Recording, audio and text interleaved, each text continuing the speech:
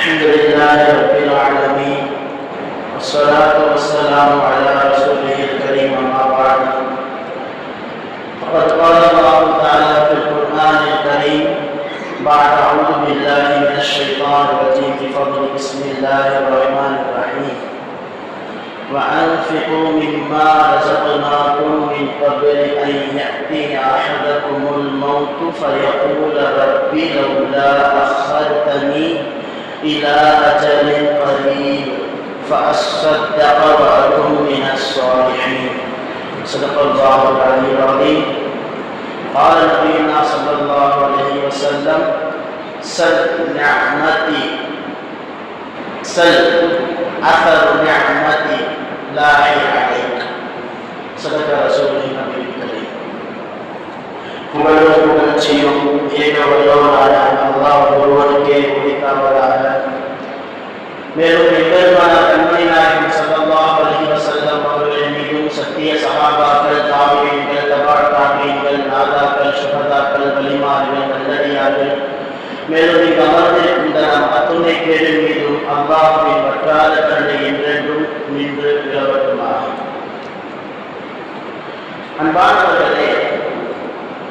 அன்பானவர்களே, நம் எல்லோருக்கும் தெரியும், இந்த உலகத்திலே அல்லாஹ்வினுடைய உதவி இல்லாமல் ஒருபோதும் வாழ முடியாது என்பது நம் அனைவருக்கும் தெரியும்.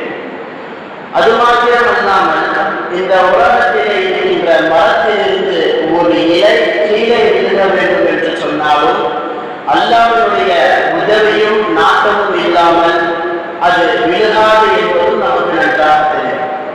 எனவே இந்த உலகத்தில் வாழ்ந்து கொண்டிருக்கின்ற அத்துணை மக்களும் அல்லாஹ்வின் பக்கம் முழுக்க முழுக்க தேவையுள்ளவர்களாக தான் இருந்து கொண்டிருக்கின்றோம். அவருடைய உதவி நமக்கு பரிபூர்ணமான முறையிலே கிடைக்க வேண்டும் என்று சொன்னால், நாம் வாழுகின்ற இந்த வாழ்க்கையிலே அல்லாஹ்வினுடைய உதவியை பரிபூர்ணமான முறையிலே பார்த்து வெற்றி பெற வேண்டும் என்று சொன்னால் அதற்கு பல வழிகள் இருக்கின்றது. அதிலே முக்கியமான இரண்டை இப்பொழுது பார்க்கிறோம். முதலாவது உறவு முறையை பேணி நடப்பது. இரண்டாவது சதகா, அதிகமான சதகாவை தருவது. ரசூலுல்லாஹி ஸல்லல்லாஹு அலைஹி வஸல்லம் அவர்கள் சஹாபி கேட்கிறாங்க, யா ரசூலுல்லாஹி ஸல்லல்லாஹு அலைஹி வஸல்லம், அல்லாஹ்வுக்கு பிடிச்சமான அமல் எது? அல்லாஹ்வுக்கு பிடிச்சமான அமல் எது என்பதாக நாயகத்திலே கேட்கும் பொழுது ரசூலுல்லாஹ் சொன்ன வார்த்தை என்ன தெரியுமா?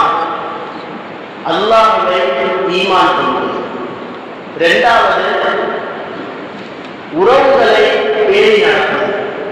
மூன்றாவது நன்மையை ஏறுவது, தீமையை தடுப்பது. இந்த மூன்று காரியங்கள் அல்லாஹ்வுக்கு மிகவும் பிடித்தமானவை என்பதாக ரசூலுல்லாஹி ஸல்லல்லாஹு அலைஹி வஸல்லம் அவர்கள் சொன்னாங்க. அன்பானவர்களே, எந்த ஒரு மனிதன் இந்த உலகத்தில் வாழும்போது தன்னுடைய உறவுகளை பேணி நடக்கிறாரோ, அன்பா அரவணைத்து நடக்கிறாரோ, அல்லாஹ் அவருக்கு ஒரு மூன்று பெரும் வாக்கியங்கள். என்ன தெரியுமா? முதலாவது, அவருக்கு செல்வம் தேடி வரும். அவர் என்னென்ன செல்வங்களை எல்லாம் எதிர்பார்க்கின்றாரோ அது தேடி வரும். இரண்டாவது, அல்லாஹ் அவருடைய ஆயுளை அல்லாஹ் தஆலா நீடித்து கொடுக்கிறார். அவருடைய ஆயுளை அல்லாஹ் தஆலா நீடித்து தருகிறார். மூன்றாவது, குடும்பத்தார்கள் அவர் மரணித்த பின்பும் நேசித்துக் கொண்டிருப்பார்கள். குடும்பத்தார்கள் அவர் மரணித்த பின்பும் நேசித்துக் கொண்டிருப்பார்கள். அப்படிப்பட்ட ஒரு பெரும் பாக்கியத்தை அல்லாஹ் தஆலா தருகிறார். மேலும் அன்பானவர்களே, அல்லாஹ்விடத்திலே படைத்த ரப்பிடத்தில் உங்களுக்கு அந்தஸ்து வேணுமா? நீங்கள் உங்களுடைய குடும்பத்தாருக்கு செலவு செய்யுங்கள். உங்களுடைய குடும்பத்தாருக்கு நீங்கள் செலவு செய்தீர்கள் என்று சொன்னால் அதன் மூலமாக அல்லாஹ் தஆலா ரொம்ப சந்தோஷப்படுவார்.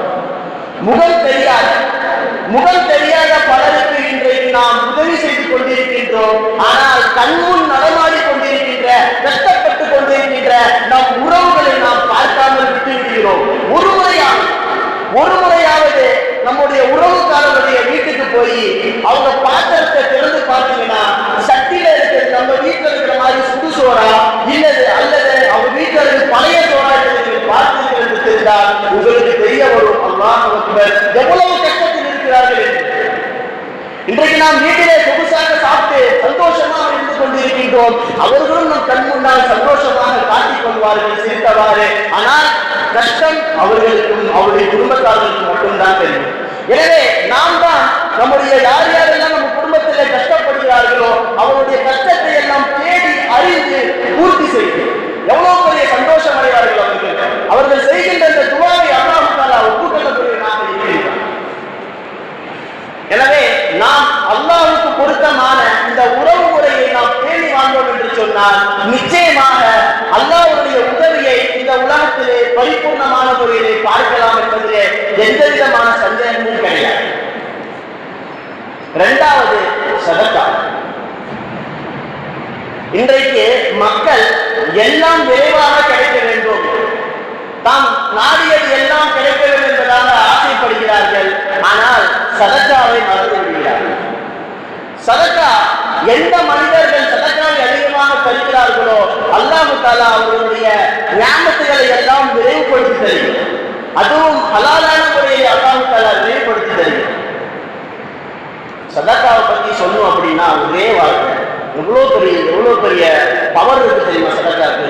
அல்லாஹ் அக்பர்.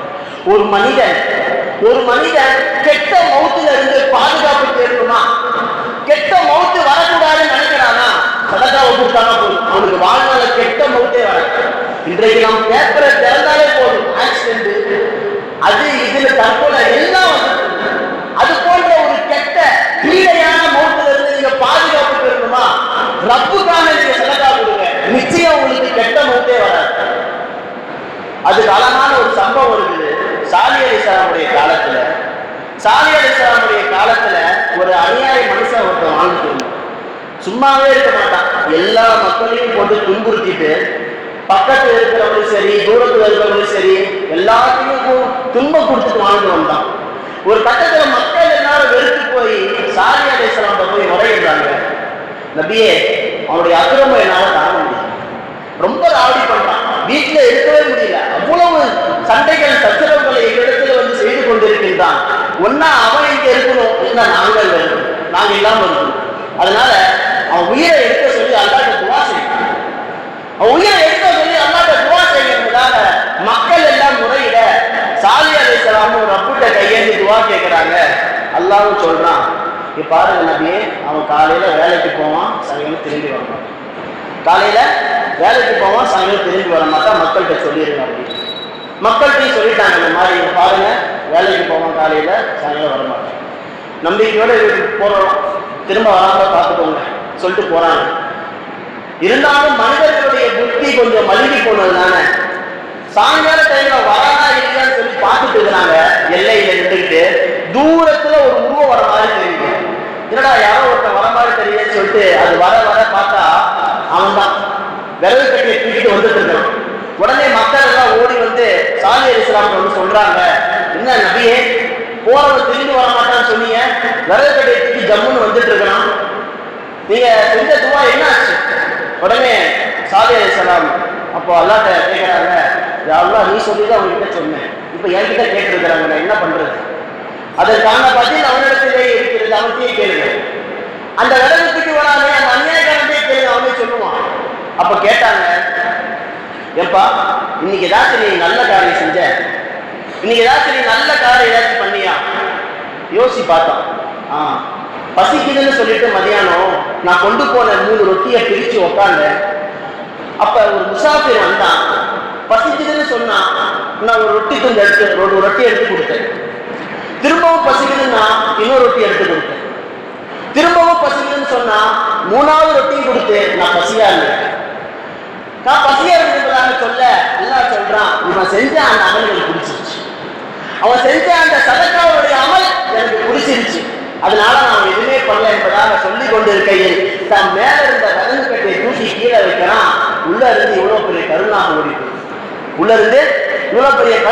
ஓடி போய் அப்போ சாலி அலைஹிஸ்ஸலாம் சொன்னாங்களாமா, இந்த பாம்பை கொண்டுதான் உன் மௌத்து இருந்துச்சு, இந்த பாம்பு கொண்டுதான் உன்னுடைய மௌத்தே இருந்துச்சு, நீ தப்பிச்சிட்ட, நீ கொடுத்த பத்தியா சதகா, அதனால ரப்பு உன்னை காப்பாத்திட்டான். அப்ப சொன்னா ஏன் எதனால?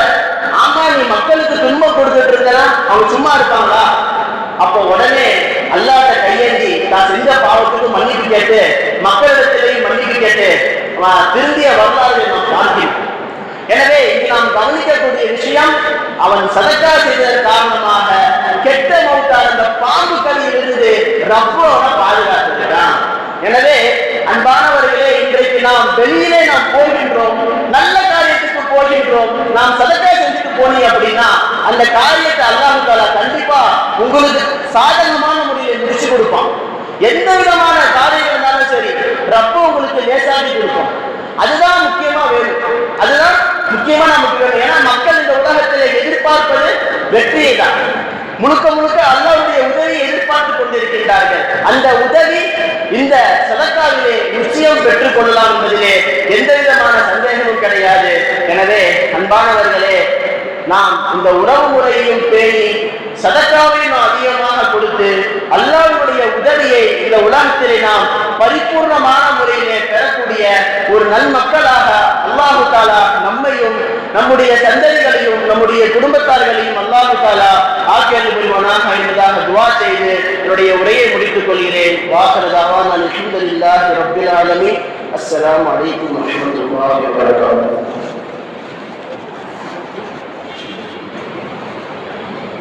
சுன்னத்துல் வல் ஜமாஅத்